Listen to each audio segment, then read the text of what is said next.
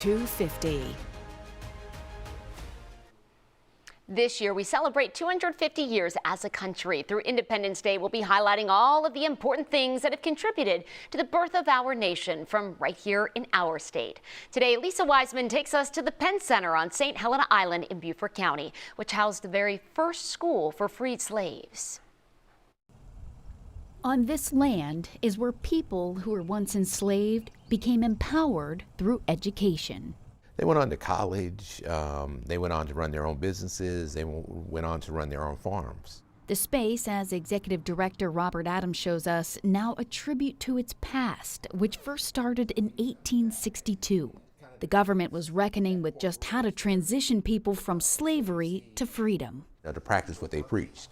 So if they were about liberation of African Americans, then they had to create the institutions that made that possible. Like learning. A lot of African American education in the 19th century happened in churches, houses, and other, community centers. They weren't dedicated schoolhouses. That is, until the Penn School opened right here, the first schoolhouse intended just for African Americans. This here is the original schoolhouse.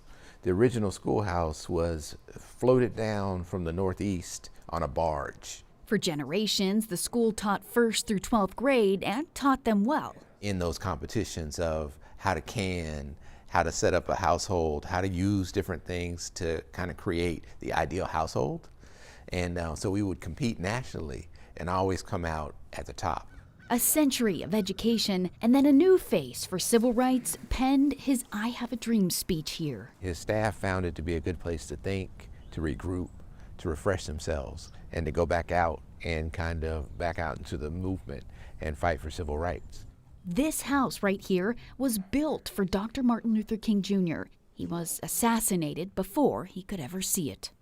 Other writers and dreamers can stay in the retreat house now on the land where learning is king. Any student that matriculated here knew how to take care of themselves. They were going to be able to, as they say, every tub should sit on its own bottom.